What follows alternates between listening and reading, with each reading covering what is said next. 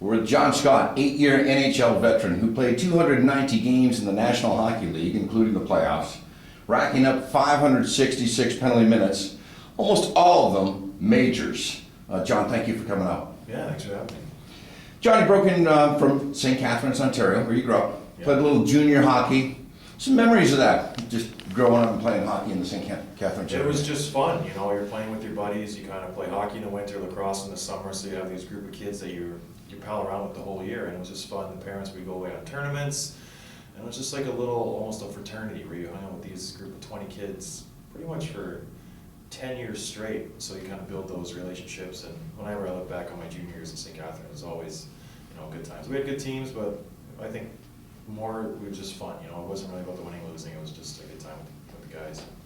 So you get out of high school, Yeah. you decide to go to college to Michigan Tech. What made you make that decision? And Yeah. you eventually got your degree in mechanical engineering. Yeah, I got my degree eventually. I toyed around with the idea of going to play in the OHL with St. John's, St. Michael's Mary's. I didn't think I was going to get much playing time. I just really didn't think the NHL was even a possibility, so I figured why not try to get an education and make something out of this hockey thing, you know, make it work for me. So I went to Michigan Tech and got a scholarship and played 4 years there, and it was a good decision. I really enjoyed Michigan Tech. It's a good little small town, northern Michigan, so it was a good choice by me. To where you met your wife, right? That's right. Wow. There, yeah. Oh, that's great. And you just had twins just before we go on. They're almost a year old? Just had twins. They're 9 months, they're gonna be 10 months next week, yeah, so they're almost a year old. Oh, that's great. Yeah. New dad.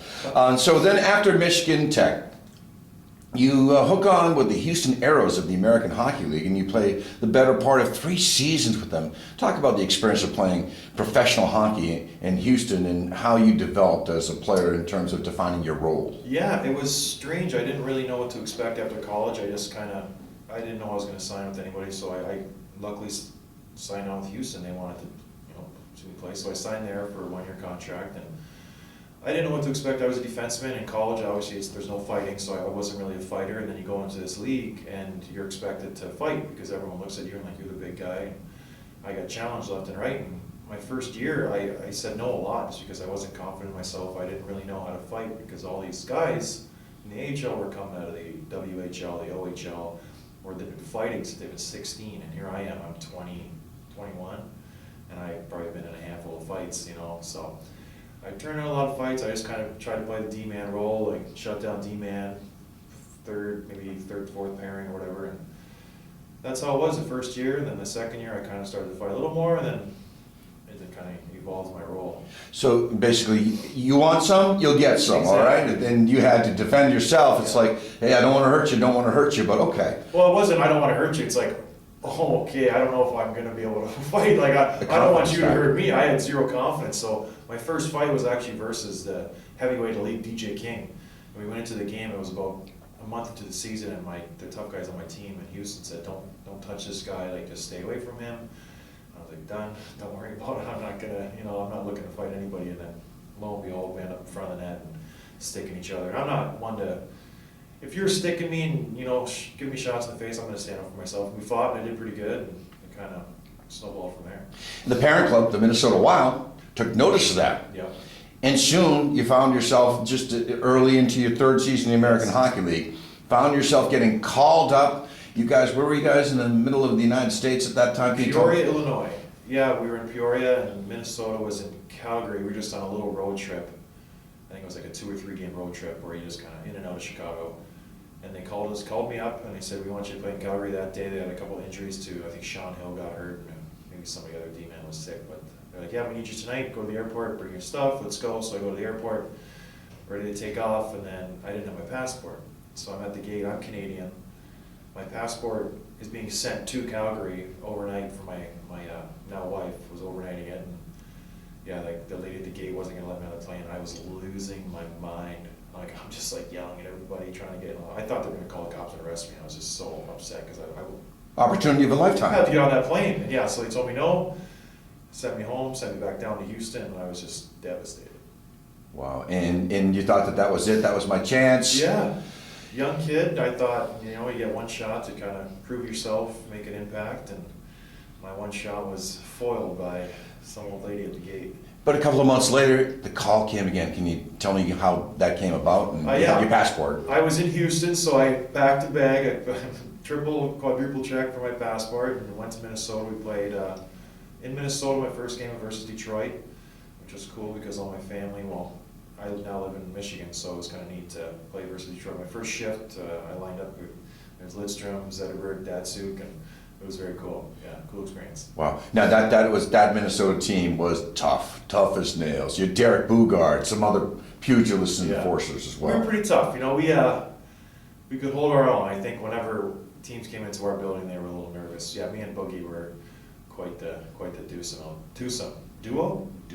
Yeah. There. So, and you guys became very good friends. I mean, you're both breaking in relatively at the same time in the league. Yeah, he'd been there a few years. I think he was around probably his fourth or fifth year, and then I came in, and I was a D-man, he was a forward, so there was no like competition there, and he kind of took me under his wing, and we were good buddies. You know, we're both 6'8", both big guys. We fight, and we kind of like the same thing. We were roommates on the road, so imagine that. Us two monsters in the room. We just, watch movies and eat chicken wings. And the friendship kind of grew from there. And of course, his tragic passing. It was very hard for you, I'm sure. And yeah, I think it was hard for everyone. I think we didn't expect that. When you see Derek, you always thought he was just kind of invincible, just because he was so big and just like he was almost bigger than life. He was just like a massive human, and just to see that happen, it was tough.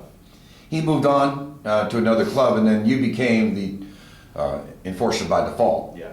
And again, that's protecting your players. A highly skilled Minnesota Wild team, again, a young franchise in the National Hockey League, with a growing fan base, being reestablished after the North Stars took up. Talk about that when you became comfortable becoming an NHL player and knowing and defining your role as an enforcer. Yeah, I think it was just, it kind of happened organically. I came into the league, and obviously as a young guy you want to make an impression, and the one way to do that as a D-man who doesn't really score is you fight.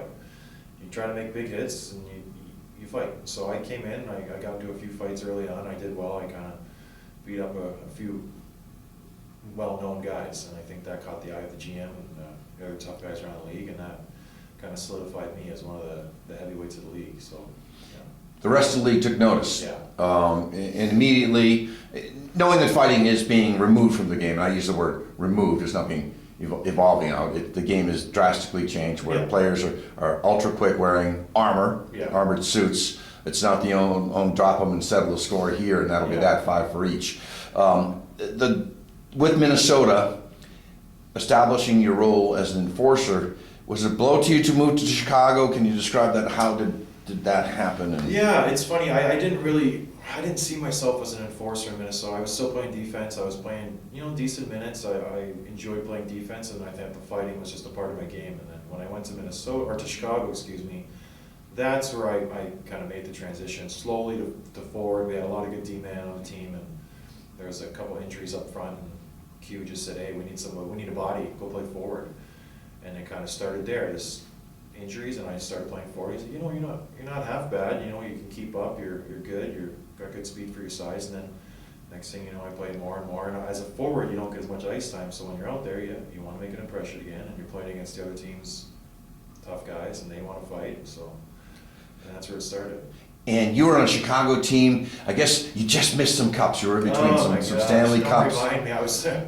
I'm like right in the middle of the cups. Yeah, they won in 2010, 2013. I was right in the middle. In 2011, you guys had a good team heading in there. And what are your recollections of the playoffs and losing? Playoffs, we played Vancouver. I think we were the 8th seed. They were the number 1 seed.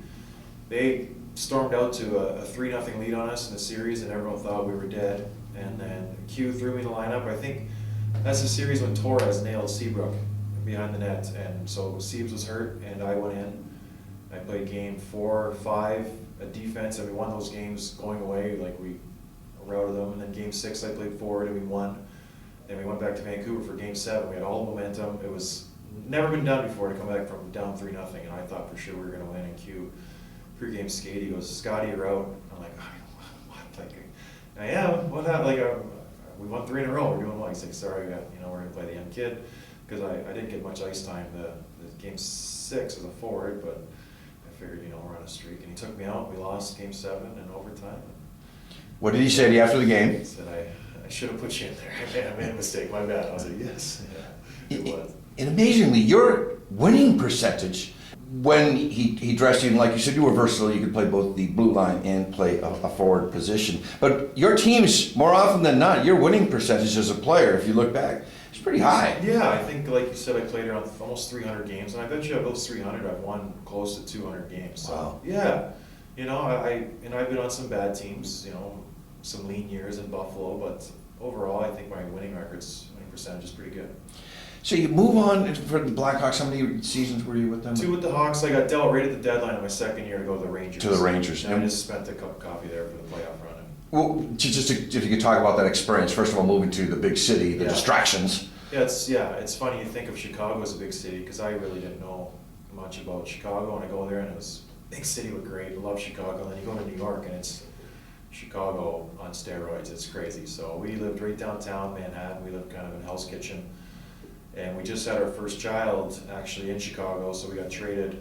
My wife, we just had our baby 6 weeks ago when we got traded. Wow. So she came to New York, and it was crazy. I honestly, I liked it for about a month, and then I was like, get me out of here. It was too much for me. I can't handle it, walking around downtown and getting bumped into people and just, no thanks. Sure. Just tell that experience with the playoffs. As you said, the Rangers picked you up to give them a push, give them some more muscle for their run to the through they the had, playoffs. you know, they had a good team. They had a physical team, and obviously had Lundqvist in net. And I think they picked me up because Mike Rupp was kind of injured a little bit, and Brandon Pruss was injured a little bit, so they were kind of had me for insurance. And we had a good run. We won the first 2 series in Game 7. We played Ottawa, beat them in the 7th game. We had beat Washington in Game 7. Then we played New Jersey, and they beat us in overtime. Yeah, was it Game 7? And they went on to the Cup Finals versus LA and got swept. So. Getting almost there. Almost there. That's close, yeah. So just a few more doors to open. Yeah. As you mentioned, your brief stay in New York. Yep. Then you went to the Sabres. The Buffalo Sabres, rather. Talk about that experience. A little closer to home, I guess. Yeah, right? that was the main reason why I went to Buffalo, is because I grew up right across the river in St. Catharines, so I had all my friends and family close. And you know, Buffalo was a good team. They had Ryan Miller, Vanek, Palmerville, all these guys, Robin Regier, and so they were up and coming, and not up and coming, they were a good team. So I went there, and I really liked it. It was kind of in a bad situation after the lockout with like ownership and GM and coaches. It ended up just being a disaster, but when I was there, I really enjoyed it. The owner was very kind to the players. Oh my gosh, yeah. It was the only time I've seen an owner say, whatever you want, you can have it. It doesn't matter, chocolate bars, whatever you want. Like everything's on the table, so just ask and we'll get it for you. Because he really wanted to have a winner there, and he was going all in, so that was cool. Sure. And so, as you mentioned, your family and friends got to come across the river and see you play. Yeah, the family came across and watched me, a lot, and that was fun. I got to see my old friends from high school and stuff, and the old guys who I played with. So it was a cool experience. I did that for 2 years, and then it was time to get out of Buffalo. Sure. And in the time with Buffalo, again, you had to play both. You played both forward. I played both forward and D every team I played on. Sure. Yeah. So just wherever I can play, wherever they want me to go, I'll play. And so you said it was time to leave Buffalo.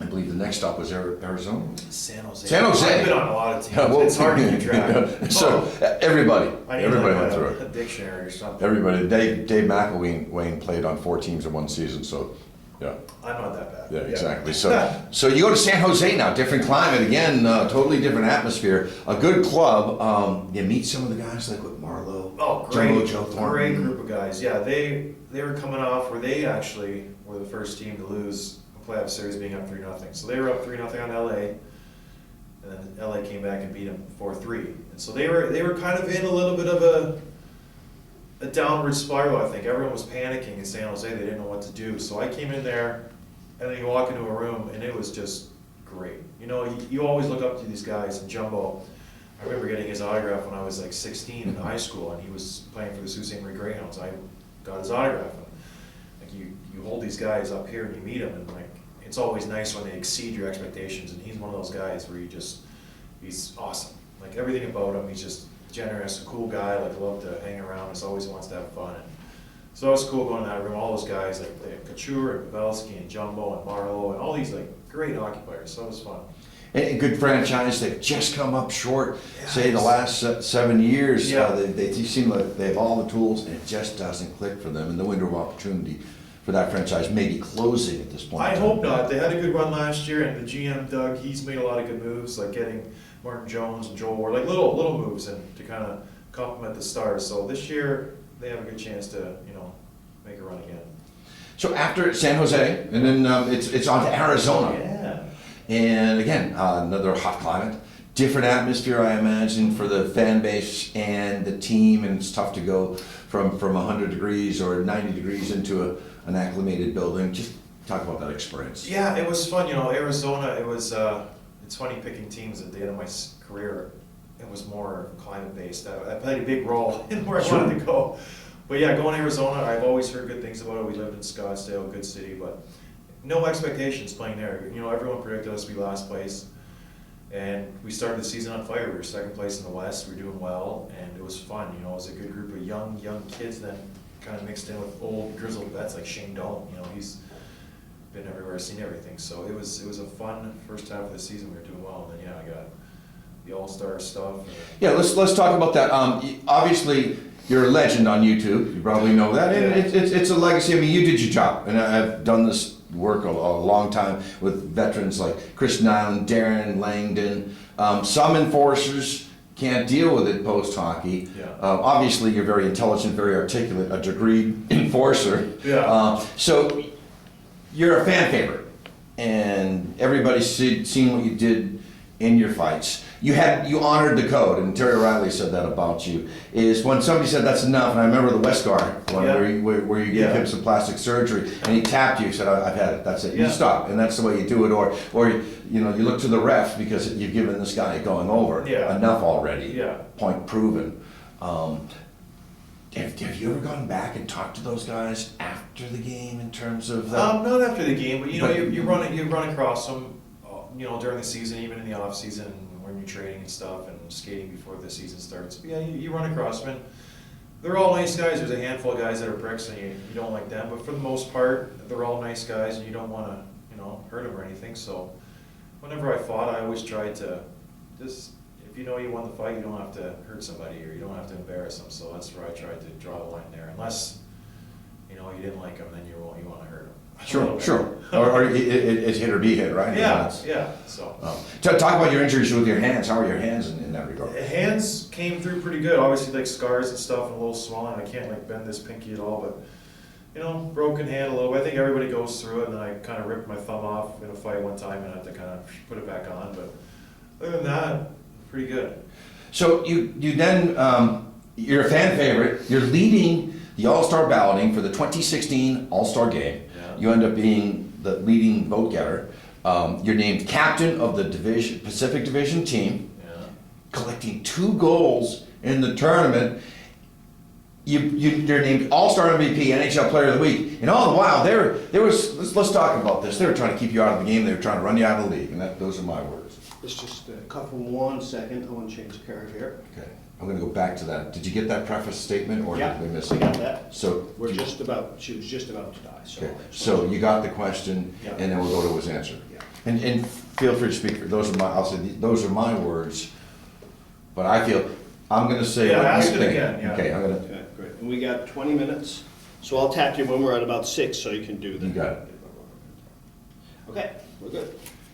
2016 All-Star Game. Leading vote getter, very popular amongst the NHL fan base. This is not a fix from the Arizona fan base. This is everybody across North America and Europe, for all intent, that are eligible to cast votes. They liked you. You were a legend on video. You did your job. You were an honorable knight on skates. So the NHL, meanwhile, is trying to get fighting out of the game. Sorry, boys. One chance for one other. We're almost done, man. This is good. I'm going to try to say what you can't say. So Yeah. that's what I'm trying to Then say. I was gonna say, that's Yeah, I'm gonna say what you can't say. And again, you're gonna keep my voice on this, Brent, in terms of this, because Yes. basically everybody knows that you got fucked. Mhm. Okay. All right.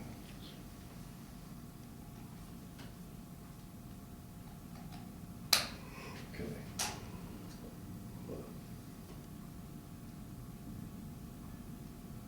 Okay, we're good. Okay, here we go.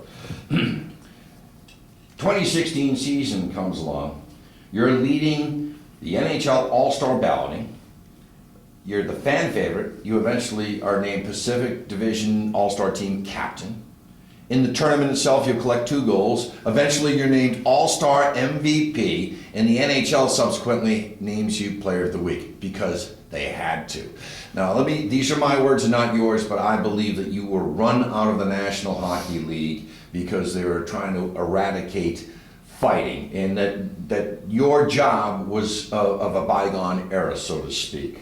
I think what the NHL did to you was unfair. You got shuffled off to Montreal. Again, my words. They were trying to keep you out of the All-Star game and send a message to you without you getting in trouble. Yeah, I don't know. It's. I think from an outside perspective, it kind of seems that way. I hope not. You know, I always hold the league kind of at a higher standard, and I hope that's not the case. But yeah, you know, you can always speculate. So you get traded to the Canadiens, the Montreal Canadiens. Again, what role would you play on that team? Because it was a quick, fast-paced role. They had some guys that could hold their own, but not your standard enforcer. They didn't have anybody. So they didn't. Okay, they didn't have anybody. So that was your role. Yeah.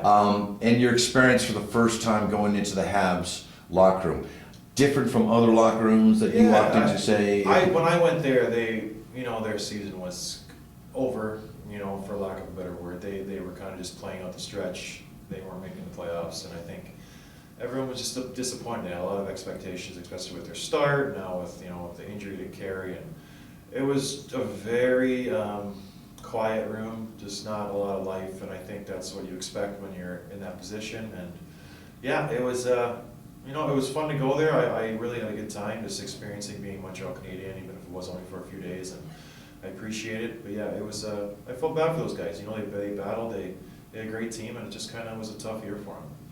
So you returned to the American Hockey League for the first time in 8 years to here. Well, we're conducting this interview in St. John's, Newfoundland. Yeah.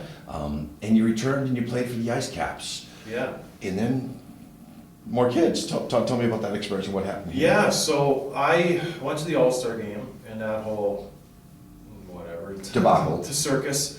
And right 2 days after that game, I went home to Traverse City, and my wife and I gave birth to our twins. And so that happened 2 days after the All-Star game. And so I spent some time with the wife, and then I came about a week later back out to the Rock and right back to work. And so we started, I had my first game here at the Rock, and honestly, I fell in love with the place. It's a good city. Love it. Yeah. And then at the end of the season, the Habs call you back up. Yeah. You have a great one game. I mean, Yeah. I think they measured you at that 7 hits, 3 shots on goal, and 2 penalty minutes. Yeah.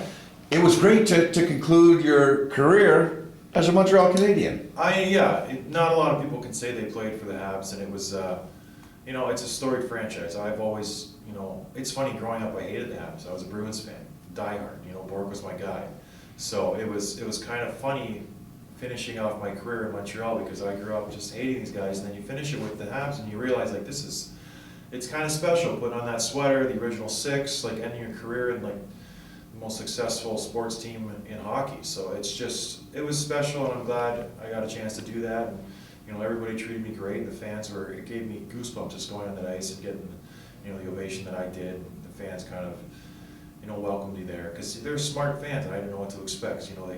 Maybe you would have thought it was a joke, me going there, just same as the All-Star game. But they were really, really nice and receptive to me, and it was a good way to go out. Yeah. I'm from Boston, so I want to double back to the Boston Bruins fan.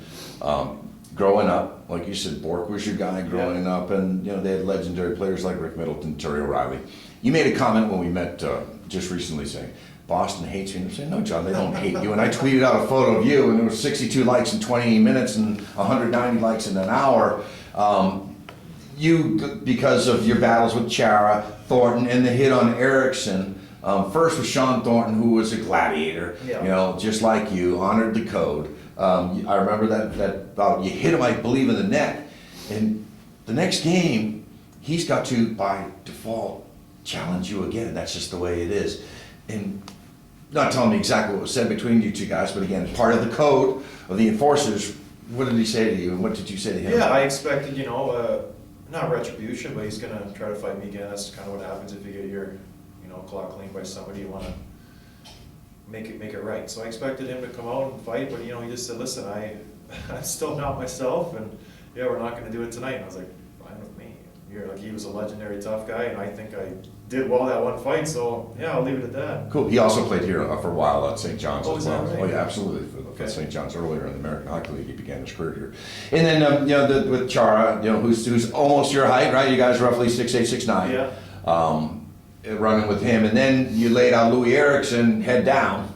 Head down, coming through the middle, and just kind of caught him, and he went down, and that was a tough one. So I'll say two things. Number one, you would have been a great Bruin. Okay, I'll tell you that, absolutely. You would have been loved in the Boston Garden. And number two, Boston loves you. I think that it's a hockey town, and all of the NHL fans across Canada and the United States are really appreciative for what you did for the game. You brought excitement. Yeah, it was the brutal side of the game, but it was a necessary side of the game that with the aggression, you prevented more dirty play Yeah. to let them know that you would assess and address. And with that, give me a handful of tough guys in terms of when you thought that, like, wow, this guy.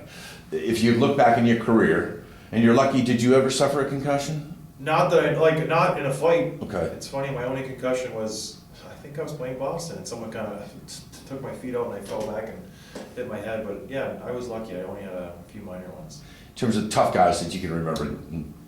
Tough guys, you know what? They all were tough in terms of the guys that. They come in all shapes and sizes, like the smaller guys. I used to fight Cam Jansen all the time, and they used to call him Barney Rubble because he just had this big old melon on him, and he would last for days in a fight. And, like, it was so annoying to fight him because you would punch him 15, 20, 50 times, and you just it wouldn't even faze him. So he was a tough guy to fight. Guys like Kevin Westgarth, George Peros. I had a bunch of battles with him. Me and him fought for years, and he's one of those guys who's just a great guy on and off the ice, and I love battling him. And it's just all over. Like, even a guy like a Chara, I really respected him. He plays his role. He's a star player, but he still fights and sticks up for his teammates. And yeah, I can go up and down the NHL and just list off tons of guys, but those guys are they're tough guys.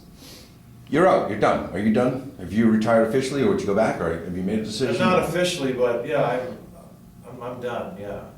Well, you've reached a peace in terms of that you look back and reflect that if it doesn't happen again, you're in your early 30s, right? And, yeah, I have no regrets. I think I accomplished what I didn't have any expectations. So for me, this NHL thing was jackpot. Like, it just was a jump start to my life. Now I can kind of end this chapter and start a new one and see where I go from here. Maybe a mechanical engineer, one of the toughest mechanical engineers. That's right. I'd like to see a tougher one. Yeah, so we'll see what I'm going to do. So this is your first tour, your first exposure post-retirement Yeah. of working with the fan base and touring with these NHL teams. You don't see the smiles that you leave in your wake.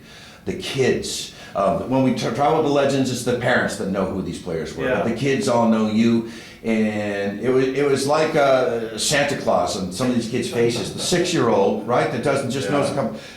John Scott's autograph.